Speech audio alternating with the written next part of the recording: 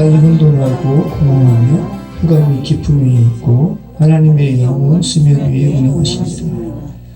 아멘. 네, 땅이 혼돈하고 공허하며 흑암이 깊음 위에 있고 라는 제목으로 오늘 말씀 나누도록 하겠습니다. 우리 지난주 말씀 한번 기억해 보시기 바랍니다.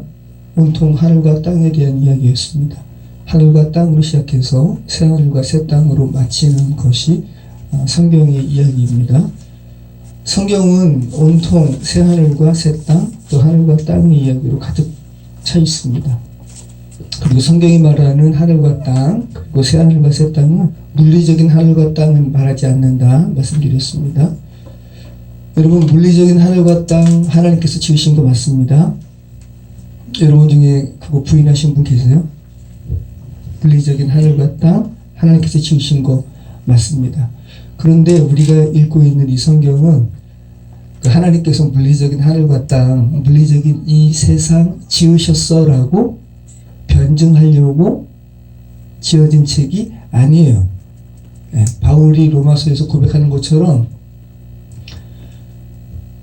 인간은 이 우주 만물을 보면서 정말 누가 전해주지 않아도 그 양심이 정말 이 하늘과 땅은 정말 조물주가 계셔서 어떤 분이 지으신 것이 맞구나라는 것을 부인하지 못한다고 말하고 있거든요. 하나님을 믿지 않는 사람들도 이 세상을 보면서 그렇지, 이것이 어떻게 우연히 지어지겠어, 절대자가 계시라는 것을 부인하지 못한다는 거예요. 당연한 거예요. 하늘과 땅을 하나님께서 지으신 거 당연한 거예요. 근데 성경이 그거 변증하려고 창세기부터 말씀하고 있지 않다라는 거. 그럼 성경은 뭐를 말씀하고 있는 거예요? 죽어있는 영혼이 성경 말씀 보면서 다시 그 죽음에서 생명으로 옮기는, 그것을 성경은 하늘이라는, 우리는 추상적으로 하나님이 계신 곳, 그래서 우리가 죽어서 천국 가는 그곳, 그런 막연한 추상적인 곳에서, 그런 막연함이 아닌 그 하나님께서 하늘에서 여러분이라는 한 사람 한 사람의 영혼 속으로 오셔서 거처 삼으시는 이런 부분에 대해서 말씀하고 있는 책이 성경책. 특별히 그것을 성경은 창세기부터 요한계시록까지 하늘과 땅이라는 것으로 말씀하고 있다는 것. 여러분 다시 한번 분명히 하시기 바랍니다. 우리 2절 말씀 한번 읽어보겠습니다. 땅이 혼돈하고 공허하며 흑암이 깊음 위에 있고 하나님의 영은 수면 위에 운행하시니라. 자, 우리가 창세기 첫 부분부터 우리가 말씀드렸는데, 창세기 1장 1절에 태초에 하나님이 천지를 창조하시니라. 그리고 2절에 오늘 우리가 읽은 땅이 혼돈하고 공허하며 흑암이 깊음 위에 있고 하나님의 영은 수면 위에 운행하신다. 이 말이 연결형이 아니라 그랬죠. 네, 분리형, 절대형이라고 그랬어요. 창세기 1장 1절은 죽어있는 너희들 가운데 하늘에 거하는 하나님께서 너희들 심령 속에서 이제 거하는 성전 삼을 거야라는 선포로, 그죠? 딱 시작하고 있고, 그 다음에 이제 그 죽어있는 그 땅에 대해서 설명하고 있는 것이 2절이죠. 그래서 분명한 어떠한 차이가 있죠. 네. 근데 어떤 이들은 이것을 1절과 2절에 엄청난 시간적인 간극이 있다고 생각하는 이들이 있어요. 이게 갭 이론입니다. 1절과 2절 사이에 굉장한 간격이 있다고 주장하는 겁니다. 그래서 1장 1절에 온전하게 하나님께서 천지를 창조하셨는데, 온전하게 창조하셨던 이 천지가 갑자기 2절에 땅이 혼돈하고 공허했다라고 하는 것은 1절과 2절 사이에 성경이 말하고 있진 않지만 이 안에 어떠한 사건이 벌어졌다. 그래서 꽤 오랜 시간이 이 안에 있다라고 주장하는 이들이 있어요. 세대주의자들이 특별히 그 얘기를 하는데, 이사야 45장 16절, 또 이사야 14장 12절, 에스겔 28장 12절 말씀을 들어가지고 여러분이 아주 많이 들으셨을 거예요. 천사장 루시퍼가 원래 하나님을 영화롭게 찬양했던 그 천사장 루시퍼가 타락해가지고 천사들을 이끌고 반역했다. 이런 얘기 좀 들어보셨죠? 근데 이게 성경에 없는 얘기거든요. 루시퍼라는 말이 성경에 없어요. 근데 여러분 사탄 하면 사탄의 이름 루시퍼 많이 들어보셨죠? 예? 루시엘이 루시퍼로 바뀌었어. 뭐 이런 얘기들. 근데 이게 예전부터 유대교 인근에는 이러한 성경이 아닌 이러한 전설들이 있었어요. 또 이것을 중세 때 단테라는 사람이 신곡이라고 그 저승세계를 여행하는 그러한 서사시를 썼는데 여기에 나오는 그 사탄의 이름이 루시퍼래요. 그러니까 우리가 알고 있는 이 성경 안에서 천사가 하나님께 반역한 천사들과 내려와가지고 하나님께서 그 천사들과 전쟁 벌이고 막연하게 이런 내용들이 머릿속에 많이 주입되어 있어요. 워낙에 이런 생각들이 많이 퍼져 있기 때문에 은연중에 우리 가운데 있거든요. 근데 성경은 그렇게 말하고 있지 않다는 거예요. 루시퍼란 이름 자체가 없습니다. 이들이 이렇게 주장하는 그 근거로 삼는 구절들이 성경의 몇 구절을 자의적으로 해석해서 그러는데, 특별히 하나님께서 천지를 질서 있게 창조하셨다. 그런데 이전 말씀에 땅이 혼돈하고 공허하다고 나오니까 이거 이사야 45장 말씀 한번 봐봐. 질서 있게 창조하셨거든. 이렇게 주장하거든요. 우리 한번 볼까요? 이사야 45장 16절로 20절 말씀. 이스라엘은 여호와께 구원을 받아 영원한 구원을 얻으리니 너희가 영원히 부끄러움을 당하거나 욕을 받지 아니하리로다. 대저 여호와께서 이같이 말씀하시되 하늘을 창조하시니 그는 하나님이시니 그가 땅을 지으시고 그것을 만드셨으며 그것을 견고하게 하시되 혼돈하게 창조하지 아니하시고 사람이 거주하게 그것을 지으셨으니 나는 여호와라 나 외에 다른 이가 없느니라. 예, 이렇게 그 1절과 창세기 1절과 2절 사이에는 갭이 있고 그 갭에 천사의 반역이 그 안에 있어라고 말하는 이들은, 봐봐, 이 이사야 말씀 보면 18절에 이사야 45장 18절에 하나님께서 땅을 혼돈하지 않게 창조했다고 나오잖아. 근데 창세기 1장 2절에는 혼돈하고 공허하다고 하니까 이러한 천사의 반역이론 이렇게 말하고 있는데, 자기 마음대로 문장을 해석한 겁니다. 자, 계속해서 읽겠습니다. 19절. 나는 감추어진 곳과 캄캄한 땅에서 말하지 아니하였으며 야곱 자손에게 너희가 나를 혼돈 중에서 찾으라고 이르지 아니하였노라. 나 여호와는 의를 말하고 정직한 것을 알리느니라. 열방 중에서 피난한 자들아 너희는 모여오라. 함께 가까이 나아오라. 나무 우상을 가지고 다니며 구원하지 못하는 신에게 기도하는 자들은 무지한 자들이니라. 네, 그럼 여기서 나오는 이 창조와 관련해서 하나님께서 질서 있게 만드셨다라는 이 부분이 반역의 논리를 뒷받침하려고 그런 내용이 아니에요. 여기서 이사야가 말하는 이 하나님께서 땅을 혼돈하게 창조하지 아니했다라는 이 구절을 지금 이사야가 쓴 이유는 뭐예요? 하나님께서는 땅을 혼돈하게 창조하지 않으셨어요. 근데 이 땅이 혼돈하고 또 사람들이 혼미하고 혼돈하게 된 것은 그들이 하나님 아닌 다른 우상을 섬기기 때문에 거기에 대해서 지금 책망하는 것이거든요. 여기 보세요. 나는 감추어진 곳과 캄캄한 땅에서 말하지 아니하였으며 야곱 자손에게 너희가 나를 혼돈 중에서 찾으라고 이르지 아니하였노라. 하나님께서는 캄캄한 곳에서 은밀하게 혼돈 가운데 말씀하지 않으시는 분이세요. 그분은 다 들을 수 있게 당신의 우리를 사랑하시는 말씀을 계시하시는 분이세요. 그럼 여기에서 감추어진 곳과 캄캄한 땅에서 말하지 아니했다라고 하는 부분은 어떤 이들은 그 은밀하고 혼돈 가운데 말하는 음성을 듣는다라는 거거든요. 우상을 믿는 사람들이 이방신의 신탁을 이런 식으로 했다라는 거죠. 그거 책망하는 거예요. 나는 다른 이방 종교의 신탁이 애매하고 모호한 것에 대해서 말하는데 난 그거 경멸해. 나 여호와는 그렇게 은밀하고 혼돈 가운데 너희를 말하지 않았어. 나는 질서 있게 창조했어.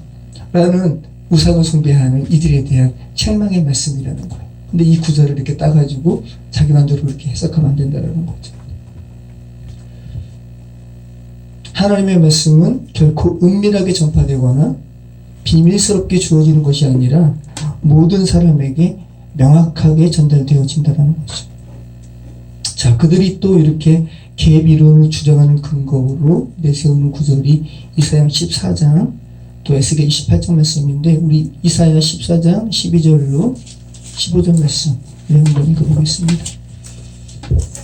네, 같이 읽겠습니다. 너 아침의 아들 계명성이여 어찌 그리 하늘에서 떨어졌으며 너 영국을 엎은 자여 어찌 그리 땅에 찍혔는고 내가 내 마음에 이르기를 내가 하늘에 올라 하나님의 묵별 위에 내 자리를 높이리라. 내가 벚꽃 지폐의 산 위에 앉으리라. 가장 높은 구름에 올라가 지극히 높은 이와 같아지리라 하는도다. 그러나 이제 내가 쏠 곧 고동의 맨 밑에 떨어짐을 당하리로다. 네, 여러분 아마 이 말씀 아침의 아들 계명성이 루시퍼야. 원래 하나님의 그 천사였는데 이렇게 교만해가지고 내가 하나님의 자리에 앉을 거야 이렇게 말하고 있다고 이야기하는데 아니에요.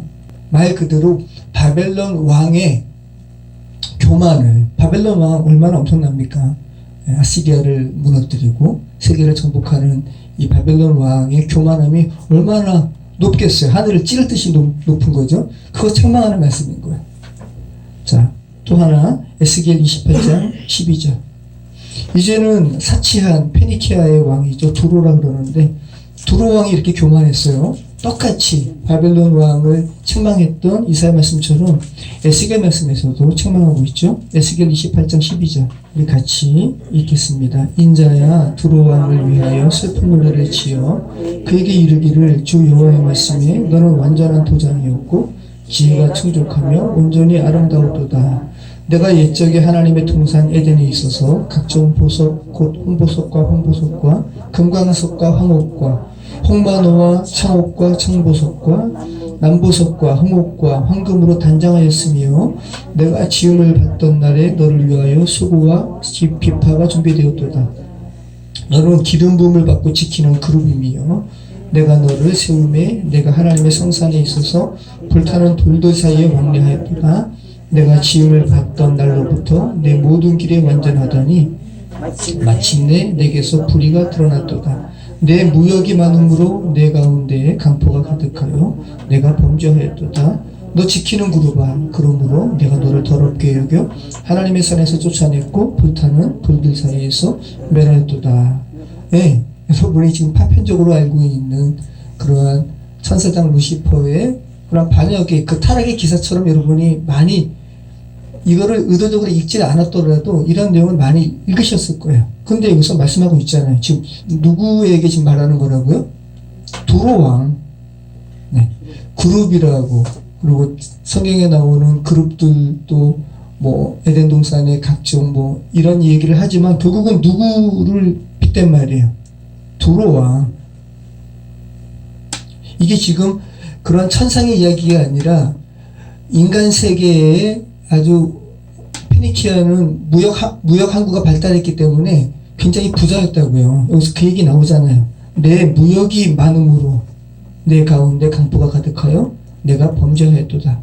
그러면서 야, 너 무슨 사람인데 무슨 천사처럼 너 그렇게 교만한데 너 그런 존재 아니야 라고 책망하는 말씀이죠.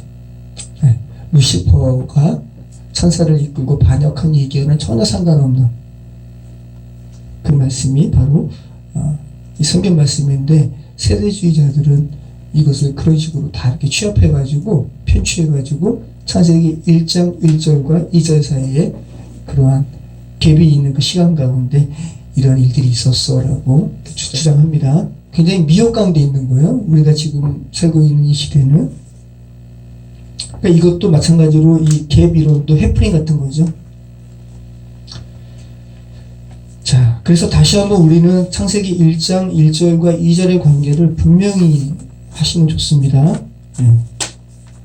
하나님께서 하늘에서 뭇 사람의 영혼 하아래츠로 그 거처를 옮기신다라는 선포를 하시고 어떻게 해서 그 인간이 타락 가운데 있는데 죽음 가운데 있는데 그것을 회복시키시는지 창세기 1장 2절부터 요한계시록까지 하고 있는 말씀이 우리가 오늘부터 읽는 2절 말씀부터 그렇게 하고 있습니다. 자, 2절 이하의 창조기사가 역시나 물리적인 창조를 말씀하거나 또 물리적인 창조의 힌트를 말하고 있는 것이 아님은 지금 오늘 우리가 읽는 2절부터의 말씀이 첫째 날, 첫째 요에 대한 그 기술이거든요. 근데 이 첫째 날도 오늘날 우리가 알고 있는 24시간이 아닙니다. 히브리어의 이 요음이라는 의미는 단순히 24시간이 아니에요. 그것은 다음에 더 이렇게 자세히 나누고, 아무튼 우리가 오늘부터 읽는 창세기 1장 2절 이하의 첫째 날의 기사도 물리적인 창조의 기사가 아님을 바로 우리가 알 수가 있는데, 첫째 날에 혼돈과 공허, 흑암 그렇게 있죠. 그리고 하나님의 신은 수면 가운데 운행한다 그러면서 다음 주에 우리가 살펴볼 텐데, 빛이 있으라 하심에 빛이 있었고 라고 말씀하시거든요. 근데 이 빛이 물리적인 빛이 아니에요. 해와 달 이런 광명체가 아니라고요. 해와 달은 몇째 날, 몇째 요에 창조돼요? 바로 나옵니다. 넷째 날에 나와요. 우리 넷째 날 한번 볼까요? 창세기 1장 14절. 창세기 1장 14절로 19절입니다. 넷째 날에 이 해와 달과 같은 광명체가 창조되는 겁니다. 자, 같이 읽겠습니다. 하나님이 이르시되 하늘의 궁창에 광명체들이 있어 낮과 밤을 나누게 하고 그것들로 징조와 계절과 날과 해를 이루게 하라. 또 광명체들이 하늘의 궁창에 있어 땅을 비추라 하시니 그대로 되니라. 하나님이 두 큰 광명체를 만드사 큰 광명체로 낮을 주관하게 하시고 작은 광명체로 밤을 주관하게 하시며 또 별들을 만드시고 하나님이 그것들을 하늘의 궁창에 두어 땅을 비추게 하시며 낮과 밤을 주관하게 하시고 빛과 어둠을 나누게 하시니 하나님이 보시기에 좋았더라. 저녁이 되고 아침이 되니 이는 넷째 날입니다. 그렇죠? 물론 물론 하늘의 이 광명체들도 단순히 물리적인 광명체, 그 물리적인 광명체 하나님께서 만드셨어라는 것을 드러내는 그 이면에 이것도 하나님의 은혜를 생각하게 하는 피조물에 대한 그런 설명의 의미가 더 강하거든요. 아무튼 분명하죠.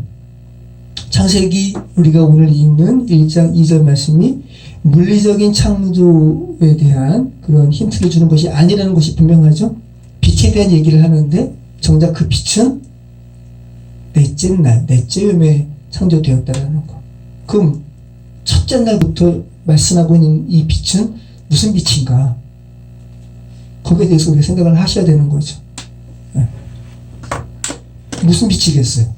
여러분이 생각하시기에. 2절에 나오죠. 땅이 혼돈하고 공허하며 흑암의 깊음이 있고 하나님의 영은 수면 위에 운행하시니라. 하나님께서 가라시되 빛이 있으라 하시며 빛이 있었고 하나님 보시기 좋았더라. 자, 물리적인 빛을 얘기하지 않는데 그 빛이 있게 된 구절 앞부분을 설명하면서 땅이 혼돈하고 공허했다. 흑암의 깊음이 있다. 그럼 이 흑암과 혼돈과 공허는 물리적인 상태를 말하는 것이 아니라, 그죠? 그 땅, 그죠? 하나님께서 태초에 하나님이 천지를 창조하시니라. 그 하아레츠, 그 땅을 하나님께서 회복시키셔서 하나님의 집 삼으신 선포를 먼저 하시고 다시 한번 그 땅이 어떻게 해서 주께서 삼으시는 성전되었는지를 설명하는 곳이라고 그랬잖아요. 하아레츠, 그 땅이 바로 사람들의 죄로 인해서 펑패케 되고 혼돈케 되고 공허하고 흑암 가득한 그런 처참한 지경이었지라고 1장 2절에서 지금 설명하고 있는 거죠. 그래서 여기에 하라는 관사가 붙어 있는 거예요. 살리심을 받아야 하는, 죽음에서 깨어나 하나님께서 거하시는 처소가 되어야 하는 죽어있는 이들의 묻 영혼, 그 토대를 말씀하고 있는 거죠. 그 아레츠가 어떻다고요? 혼돈하다. 이 토후라는 말이에요. 황폐하다라는 기본적인 의미에서 출발해서 혼돈하다, 무가치하다, 질서 없다, 비현실적이다, 쓰레기 더미. 그러니까 한마디로 여러분 쓰레기 더미를 생각하시면 돼요. 이 토후라는 말은 여러분 쓰레기장 가시면 어때요? 혼돈스럽죠. 정리하기 전에는 혼돈스러운 거예요. 그 상태. 하나님의 빛이 임하기 전에 뭇 영혼의 상태는 쓰레기더미죠. 혼돈스러운 거예요. 자, 혼돈하고 이 토후입니다. 그 다음에 공허하며, 이건 보후예요. 토후, 보후. 그래서 히브리어 원문은 굉장히 시적으로 표현한 거예요. 실제로 시입니다. 혼돈을 하고 공허하며, 토후, 보후. 공허라는 건 뭐예요? 비어있는 거. 비어있다라는 기본 의미를 가지고 있어서 텅 빈 상태, 공백 상태, 공허 상태. 근데 인간은 텅 빌 수가 없어요. 인간은 반드시 무엇인가 채워져 있어요. 우리가 텅 비었다고 생각하지만 불교에서도 공 얘기하잖아요. 근데 결국은 자기가 해탈하고 부처되는 거거든요. 그러니까 결국은 공이 아니라 자기가 부처되겠다라는 그런 우상이 그 안에 채워져 있는 거죠. 결코 인간은 빌 수가 없어요. 텅 빌 수가 없어요. 성령 아니면 반대되는 것들로 채워져 있을 수밖에 없는 것이 인간입니다. 자, 이 혼돈과 공허, 보후, 토후가 함께 쓰인 구절이 창세기 1장 2절 오늘 우리가 읽은 본문 외에 2번 더 나옵니다. 그러니까 성경에 딱 3번밖에 안 나와요. 혼돈과 공허, 토후, 보후가 함께 나오는 구절이 3번밖에 없습니다. 자, 우리 1장 2절은 우리가 지금 보고 있고, 자, 이사야 34장 8절. 자, 우리 같이 읽겠습니다. 이것은 여호와께서 보복하시는 날이요 시온의 송사를 위하여 신원하시는 해라.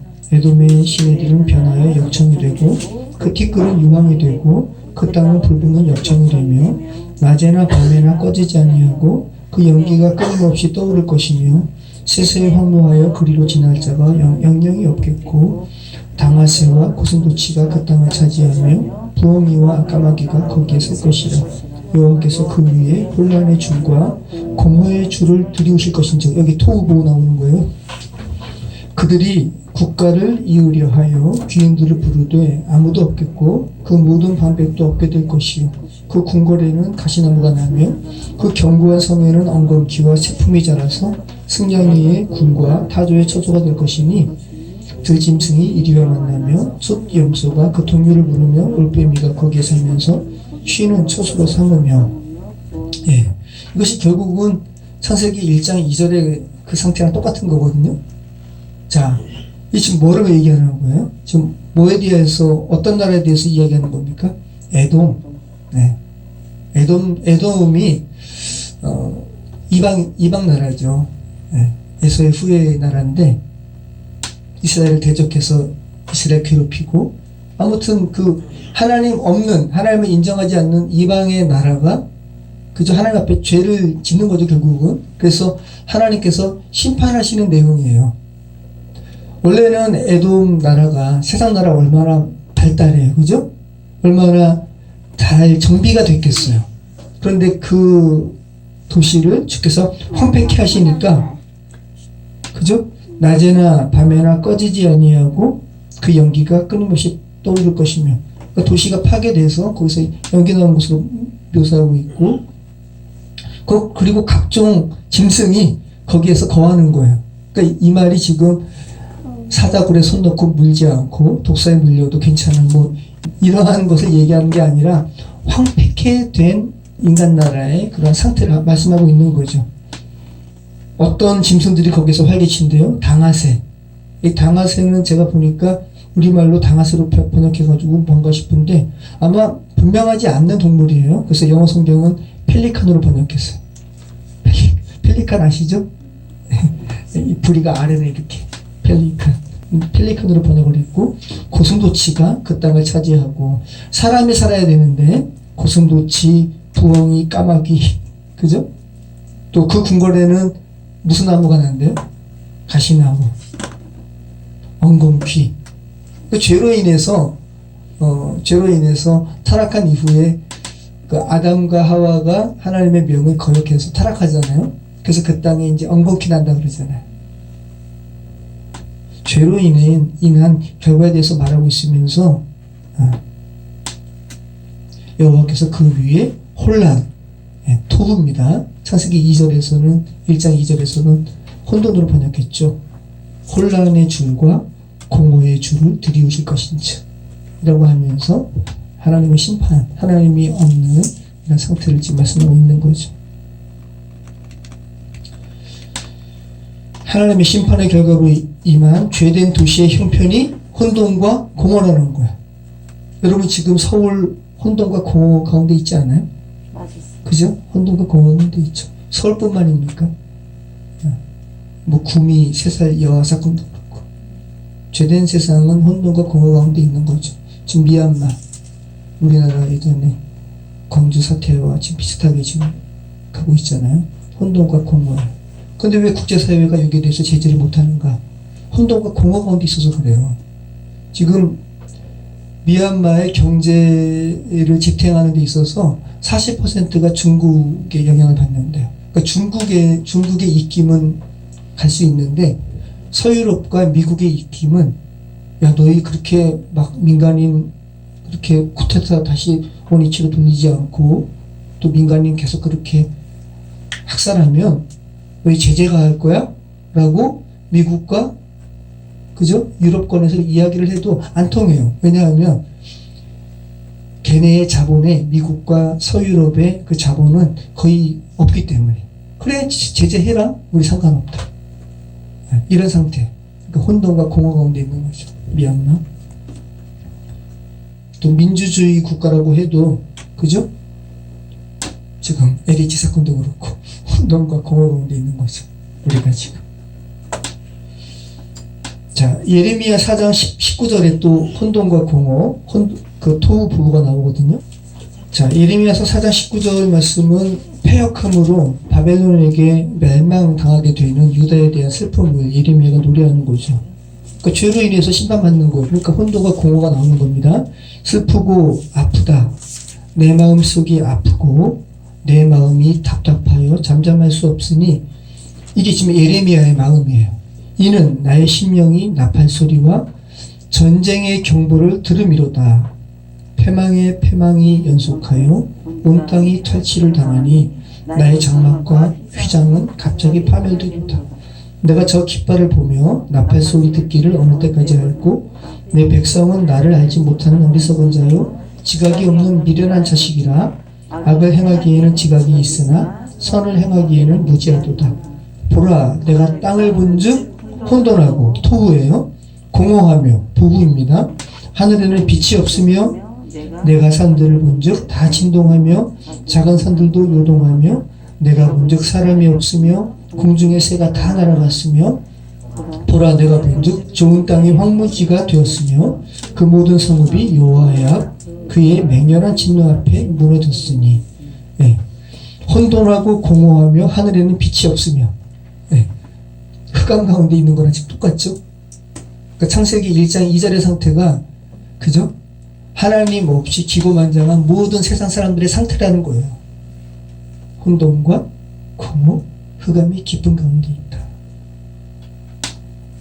정확히 창세기 1장 2절의 상태가 창세기 1장 2절에만 있는 것이 아니라 죄로 인해서 죽은 무사람의 영혼의 상태라는 것을 그리고 그 영혼들이 살아가는 죄악된 세상의 상태라는 것을 지금 말씀하고 있는 거죠. 땅이 혼돈하고 공허하며 흑암이 깊음이 있고 하나님의 영은 수면 위에 운행하십니다. 자, 혼돈하고 공허하며 흑암이 깊음이 있다. 자, 그 땅이 흑암 가운데 있답니다. 호시크라는 단어입니다. 어두움, 흑암, 무지, 밤 이런 의미를 가지고 있어요. 하나님께서 이스라엘 백성을 출애굽시키기 위해서 애굽에 내리신 재앙 중에 흑암 재앙이 몇 번째 재앙이에요? 9번째 재앙이에요. 그 다음에 10번째 재앙이 장자의 죽음이고. 자, 출애굽기 10장 21절로 23절 우리 같이 한번 읽어보겠습니다. 여호와께서 모세에게 이르시되 하늘을 향하여 내 손을 내밀어 애굽 땅 위에 흑암이 있게 하라. 곧 더듬을 만한 흑암이리라. 모세가 하늘을 향하여 손을 내밀매 캄캄한 흑암이 3일 동안 애굽 온 땅에 있어서 그 동안은 사람들이 서로 볼 수 없으며 자기 처소에서 일어나는 자가 없으되 온 이스라엘 자손들이 거주하는 곳에는 빛이 있었더라. 네, 정확하게 하나님이 계신 이들의 상태와 또 하나님이 없는 이들의 상태를 지금 대비하고 있죠. 같은 지역이에요. 애굽이니까, 그죠? 같은 애굽에 하나님의 백성이 있는 고센 땅에는 빛이 있네요. 그런데 하나님께서 지금 심판을 내리시는 애굽 땅에는 흑암 재앙이 내리는데 더듬을 만한 재앙이다. 더듬을 만한 흑암이라고 하니까 그럼 뭐 적당히 더듬어서 살 수 있겠네. 이렇게 생각할 수도 있겠지만 더듬는다라는 것 자체가 어떤 거예요? 보이지 않는다라는 거예요. 더듬어야 돼. 그리고 결국은 일어서지도 못해요. 이거 나오잖아요. 자기 처소에서 일하는 자가 없으되 어떤 상태이니까? 완전히 깜깜하니까. 뭘 할 수가 없는 거예요. 죄로 인해서 죽은 이들의 영혼의 상태죠. 자, 그런데 우리 이전 말씀 한번 다시 한번 보세요. 땅이 혼돈하고 공허하며 흑암이 깊음이 있고, 이렇게 가만히 보시면 흑암과 지금 뭐와 연결시키고 있어요? 깊음, 그죠? 태움이라고, 네. 죽음의 물, 심연. 그 요한계시록의 아비소스예요. 무적에. 자, 우리말 성경은 영어도 마찬가지인데요. 이 심연, 아비소스, 태움과 연결된 것이 흑암이라고 이렇게 번역을 했는데, 그러니까 흑암이 심연 깊은 곳과 연결되어 있는 곳으로 번역을 했단 말이에요. 왜냐하면 이 깊은 웅덩이니까 물, 죽음의 물, 깊은 웅덩이 속에는 어둡다고 생각을 하니까 지금 흑암과 이 심연과 이렇게 연결을 했는데, 실제로는 혼돈하고 공허하며 흑암, 혼돈과 공허와 흑암 모두가 이 태움과 연결되어 있는 겁니다. 이 부분 조금 이따가 우리 살펴보도록 하겠습니다. 자, 태움은 끝이 보이지 않는 깊음, 끝도 없이 떨어지는 나락, 이것이 태움이에요. 심연입니다. 무적행이에요. 제가 예전에도 말씀드렸죠. 어릴 적에 초등학교 입학하기 전에 악몽을 꿔서 깬 적이 한 번 있어요. 아기인데 막 떨어지는 거예요. 막 떨어지는데, 근데 그 아기가 머리가 없어요. 머리카락이. 맨질맨질한. 그런데 제가 초등학교 3, 4, 5, 근 3년간 머리가 없었거든요. 제가 그 매끈매끈한 그 느낌을 말로 표현을 못해요. 네. 근데 하여튼 그 어릴 적에 계속 끝없이 떨어지는데 머리카락이 없는 아기가 이렇게 쭉 떨어지는 꿈 꿨는데, 심연이 그런 거예요. 한두 끝도 없이 나락으로 떨어지고.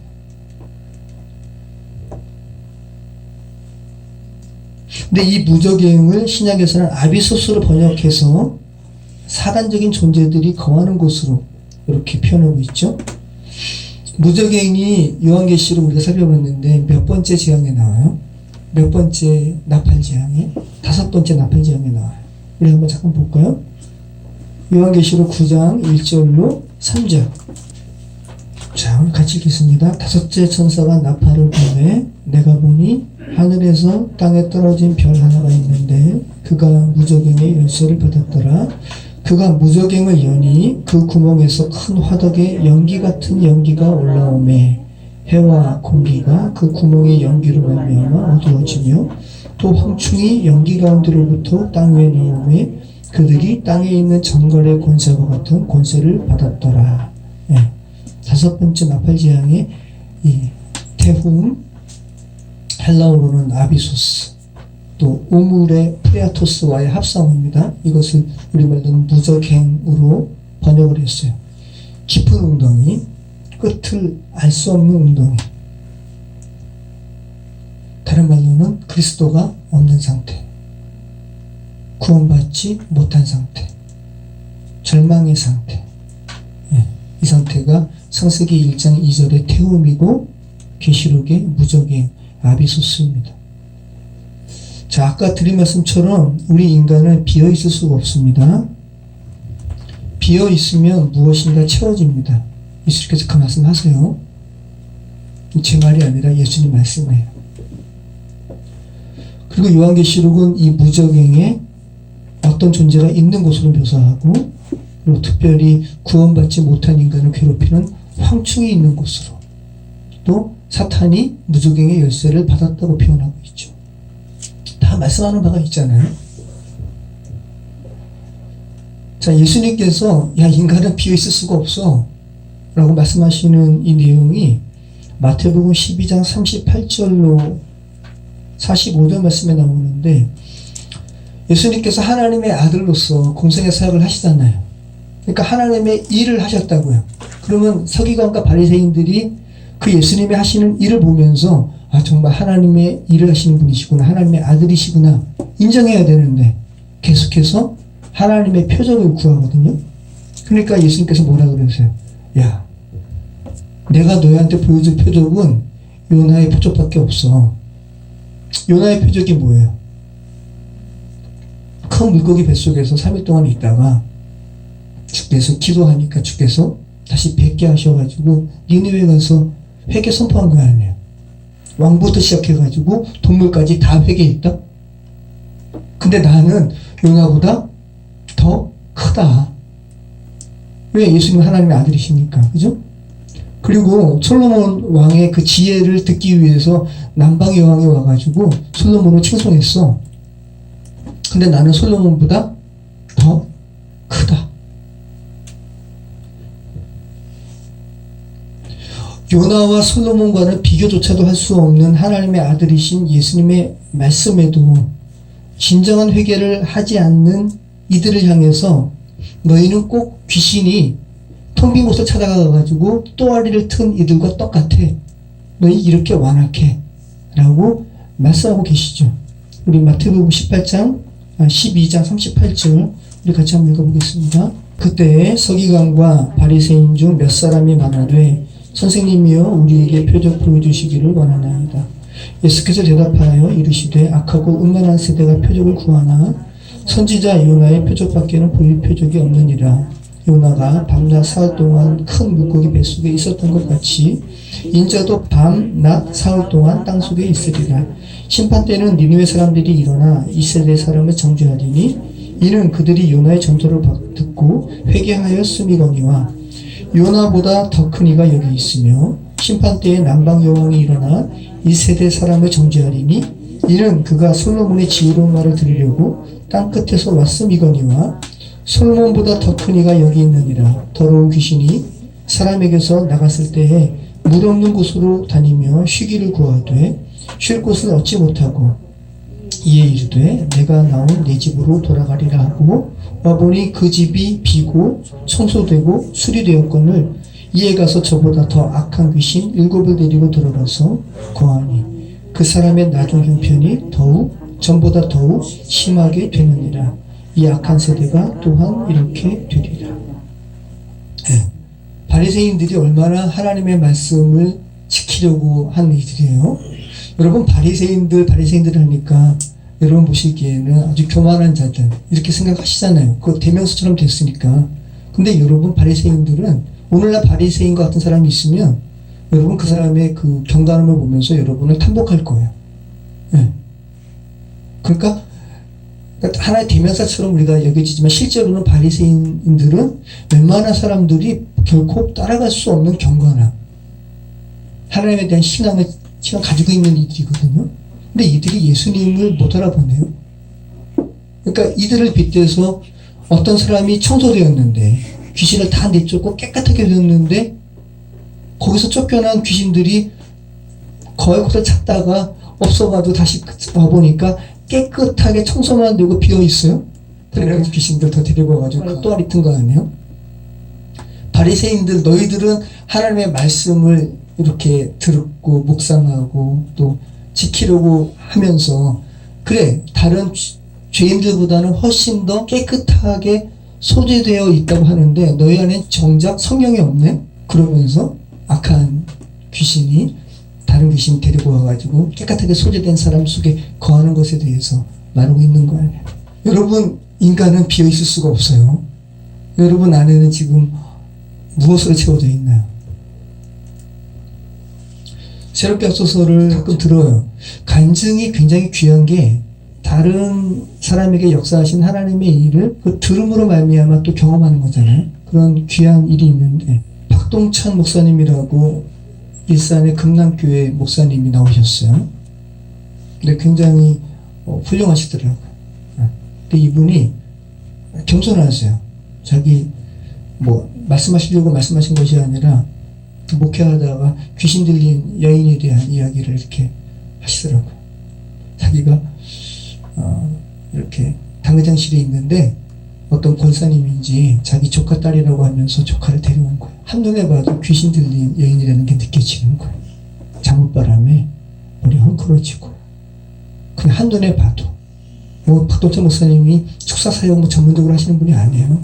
근데 그냥 그래서 자매님 제가 보기에 귀신 들린 것 같은데 제가 도와줘도 되겠냐고 그랬더니 그 자매가 도와달라고. 그래서 이 권사님 얘기 들어보니까 이 조카딸이 새벽에 잠옷바람으로 칼 들고 배회하는 곳을 목사님한테 도움 청해야 되겠다고 하면서 데려온 거예요. 예수의 이름으로 귀신을 물러갈지어다 이렇게 하니까 여인이 자꾸만 침 뱉고 탁자에서 계속.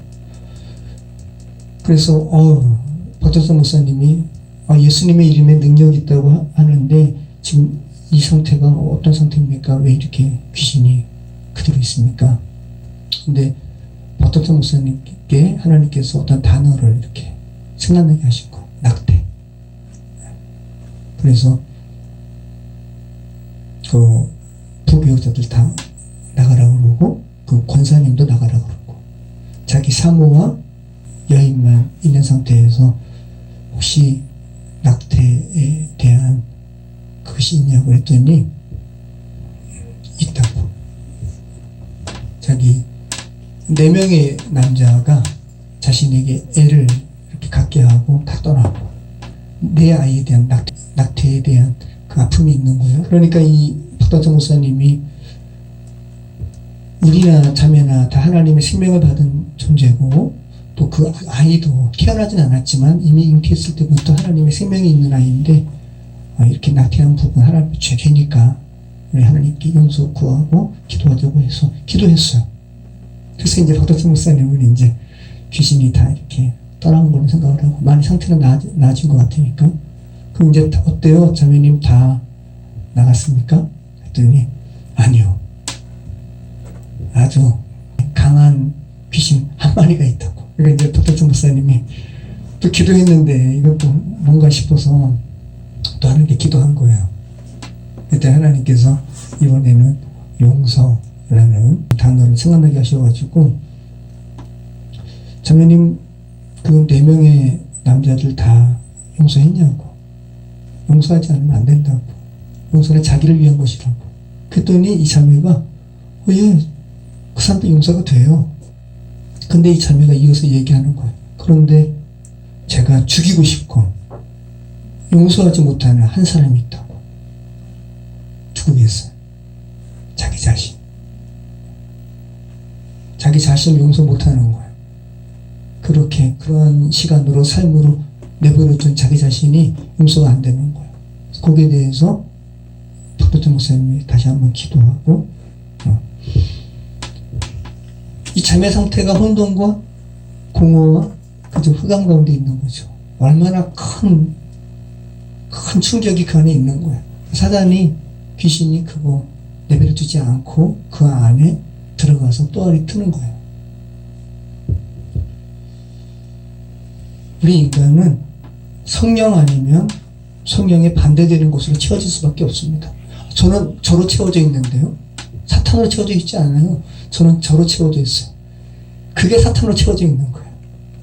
자기 자신을 우상 삼아서. 자, 제가 아까 흑암과 깊음과만 이렇게 연결되어 있는 것으로 번역이 되어 있는데 실제로는 혼돈, 공허, 흑암이 다 이렇게 깊음과 연결되어 있다고 그랬잖아요. 중요한 부분이기 때문에 제가 이렇게 몇 번은 상세기에 원문을 같이 잠깐 올려드리도록 할게요. 그래야지 이해가 되기 때문에. 제가 보시죠. 주보 올려놓은 거. 여기 제가 빗김줄을 쳐놨잖아요. 이게 지금 땅이 혼돈하고 공허하며 하나님의 신은 그 위에 운행하십니다 라는 히브리어 문장인데 굉장히 시적으로 대조하고 있어요. 그 땅은과 하나님의 영과 지금 대조시키고 있는 거고요.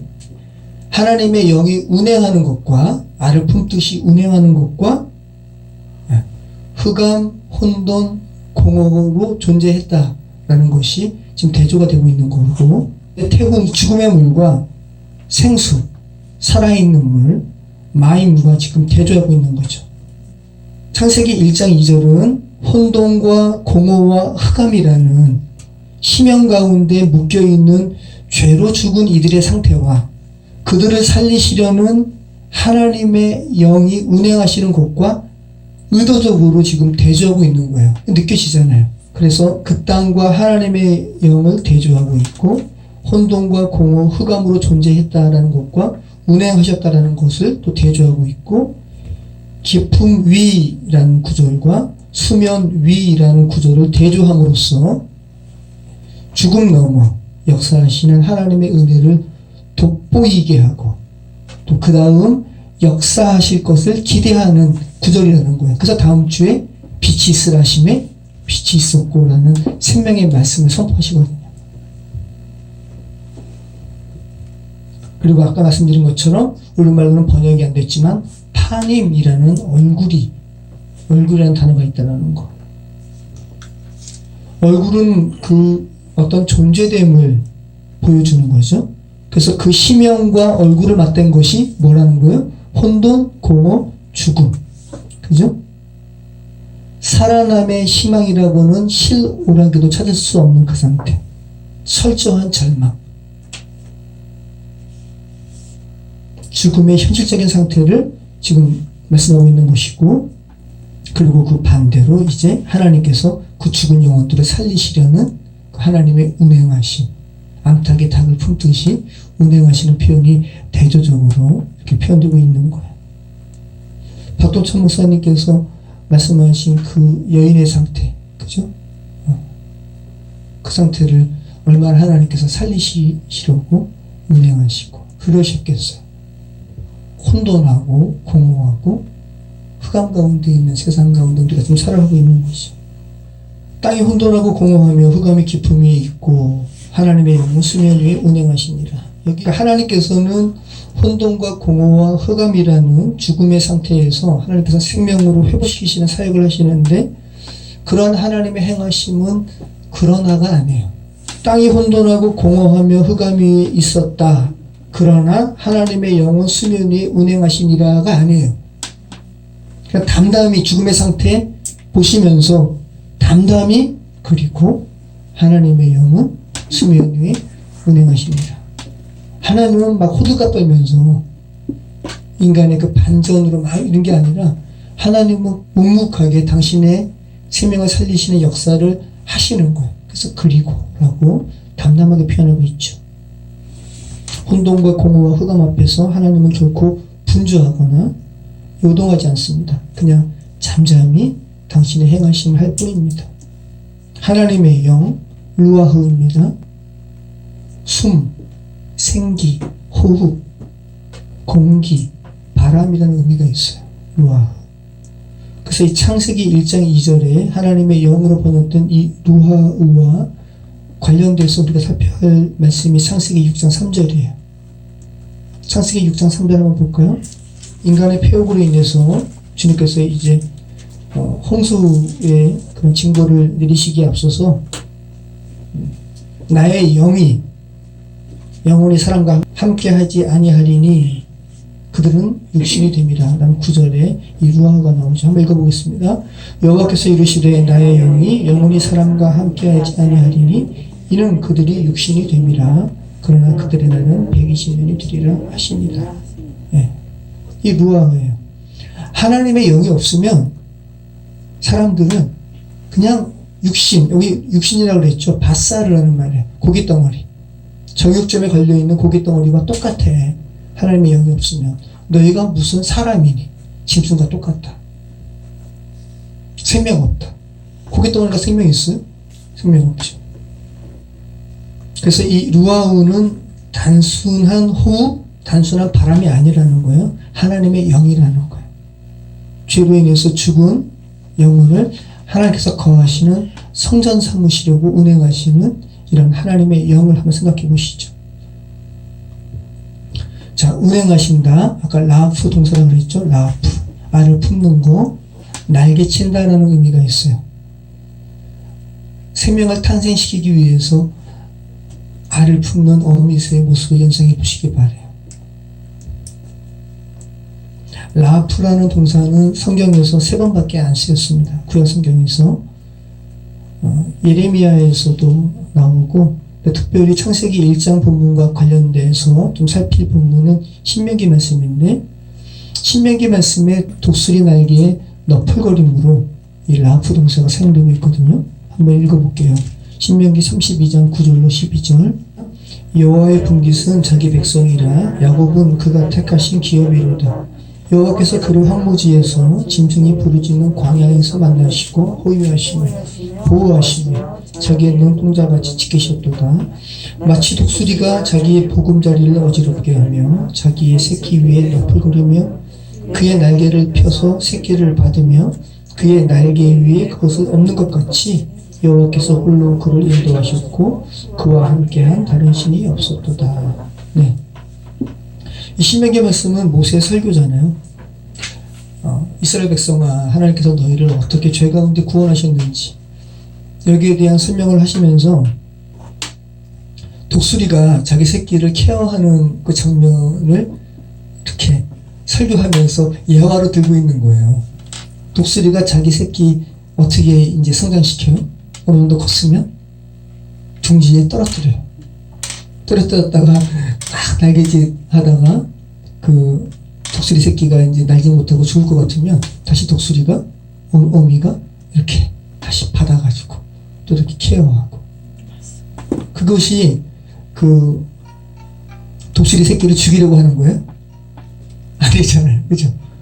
또 성장시키고 케어하려는 과정 가운데 여기에 독수리가 마치 야 이처럼 하나님께서 이스라엘 백성아 너희를 이렇게 살피시고 이렇게 케어하시는 것이 마치 독수리가 자기 보금자리를 어지럽히며 자기의 새끼 위에 너풀거리며, 이게 라프예요. 그의 날개를 펴서 새끼를 받으며 그의 날개 위에 그것을 엎는 것 같이 여호와께서 홀로 그를 인도하셨고 그와 함께한 다른 신이 없었도다. 네. 그래서 이 라프 동사를 사용한 신명기 본문은 독수리가 새끼에게 날도록 훈련시키는 것을 묘사함으로써 이스라엘 백성에 대한 하나님의 신실하심을 말씀하고 있는 본문이죠. 자, 라프 동사가 구약에 3번 쓰였는데 그 중에서 창세기 1장 2절과 관련된 본문을 우리가 살펴봤는데, 여러분 가만히 한번 연상해 보세요. 창세기 1장 2절에 사용된 라프와 신명기 32장 9절 이하에 사용된 이 라프의 느낌이 약간 다르죠. 어떤 속도를 생각하신다면 어떤 게 더 스피드가 있어요? 신명기, 그죠? 막 바닥거리면서. 그런데 죽은 영혼을 살리시려는 그 하나님의 사랑 가운데서 하나님의 영이 어떤 영혼을 이렇게 수면 위에 운행하시듯이, 그죠? 운행한다고 표현하고 있잖아요. 빠를까요? 이미지가 빠르지 않죠? 천천히 이렇게 나 너희 살릴게 이렇게 운행하시는 그런 이미지가 느껴지시죠? 혼돈과 공허, 흑암이 대면하고 있는 죽음의 물, 깊은 물과 대조해서 하나님의 영은 너희 살릴 거야. 그 살아있는 생수 위에는 하나님의 영이 운행하시는 것으로 이렇게 표현하고 있다는 거. 그림 그려보시기 바랍니다. 생명이라고는 기대할 수 없는 어떤 죽음의 상태에 있는 하에레츠, 뭇 영혼을 신구약은 반복해서 물이라는 것으로, 생명을 살리는 이 물을 하나님의 영 성령과 함께 이렇게 묘사하고 있는 거예요. 성령을 연상할 수 있는 그런 매개체로 물을 사용하고 있다는 거. 이것도 여러분 참 창세기 처음부터 등장시키고 있다는 것이 예사롭지 않죠. 그래서 마지막에도 이 물과 관련해서 요한계시록 22장에도 나오는 거예요. 자, 물과 관련된 하나님의 살리심의 기사가 오늘 창세기 1장 2절 성경에 처음부터 지금 등장하고 있다는 겁니다. 그리고 에스겔의 성전 환상에서 그죠? 물 나오잖아요. 요한복음에도 나오고 요한계시록에 하나님의 집 성전과 관련해서 이 물이 계속해서 등장하고 있어요. 에스겔서 47장에는 물이 어디서부터 발원해요? 성전의 중앙에서부터 발원해가지고 발목에서 무릎으로, 무릎에서 허리로, 결국은 사람이 능히 건너지 못하고 헤엄칠 만한 물이 되었더라. 그리고 이 물이 바다로 가서 다 소생케 하는, 그죠? 이런 환상이 에스겔 47장에 벌어지잖아요. 하나님의 물이 성전에서 발원한 물은 그럼 어떤 물이겠어요? 생수, 그죠? 생수가 결국은 발목같이 차오를 때는 이 하나님의 생수를 거역해서, 거역한다기보다 사람이 이 생수를 지배하면서 자기가 첨벙첨벙 건널 수 있어요. 무릎도 힘들지만 건널 수 있어요. 허리도 힘들지만 자기 의지, 그죠? 그대로 살리면서 건널 수 있어요. 그런데 계속 차올라서 이제는 헤엄칠 만한 물이 되었더라. 이때는 자기가 그 물을 통제할 수 없어요. 오히려 자기가 그 물 가운데 의탁해야 돼요. 완전히 자기는 죽고 성령께 자기를 의탁하는 상황이 된 거죠. 그리고 그 물이 자신뿐 아니라 만물을 새롭게 하는 환상이 요한계시록의 환상이죠. 계시록 22장 1절로 2절이잖아요. 한번 볼까요? 계시록 22장 1절로 2절. 얼마 전에 계시록 말씀 살펴봤으니까 바로 연관이 되네요. 같이 읽겠습니다. 또 그가 수정같이 맑은 생명수의 강을 내게 보이니 하나님과 및 어린 양의 보좌로부터 나와서 길 가운데로 흐르더라. 강 좌우에 생명나무가 있어 12가지 열매를 맺되 달마다 그 열매를 맺고 그 나무 잎사귀들은 만국을 치료하기 위하여 있더라. 예. 어린 양의 보좌로부터 물이 흐르고 생명수의 강이죠. 그리고 그 생명수의 강 옆에는 생명나무가 있고 다 창세기 말씀을 극복하는 거예요. 그리고 그 나무의 잎사귀는 만국을 치료하기 위해서 있다. 예. 창세기 1장 2절부터 나오는 물이 요한계시록의 마지막까지 이렇게 등장하고 있다는 거. 자, 신약에서 이 물을 휘도르라는 말로 번역하고 있는데 이 휘도르가 마지막으로 나오는 구절이 어딜까요? 22장 17절에 나옵니다. 같이 읽겠습니다. 계시록 22장 17절. 창세기 1장 2절부터 나오는 물에 대한 기사의 마지막 기사예요. 어떤 기사로 성경은 마무리하고 있을까요? 굉장히 의미가 있네요. 같이 읽겠습니다. 성령과 신부가 말씀하시기를 오라 하시는도다. 듣는 자도 오라 할 것이요 목마른 자도 올 것이요 또 원하는 자는 값없이 생명수를 받으라 하시더라. 네. 자, 이 심연과 그죠? 맞된 혼돈과 공허와 흑암 가운데 있는 이들에게 성령께서 오라 하시는 것뿐만 아니라 성령과 누구와 함께 말씀하신다고요? 신부와 함께. 신부가 교회잖아요. 네. 성령과 신부, 네. 성령과 성령 하나님과 교회가 함께 말하는 거예요. 너희 죽음 가운데 있지 말고 죽음의 물 마시지 말고 생명수의 물 마시고 살아나라. 참 놀랍습니다.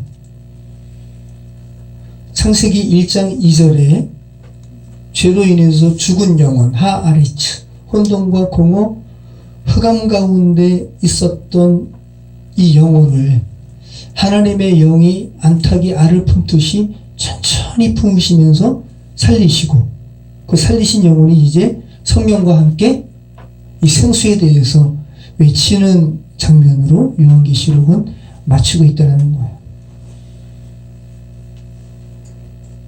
참 성경은 처음과 끝까지 정말 너무 정교하게 하나님께서 생명을 살리시는 기사로 가득 서술해 놓았음을 우리는 고백하게 됩니다.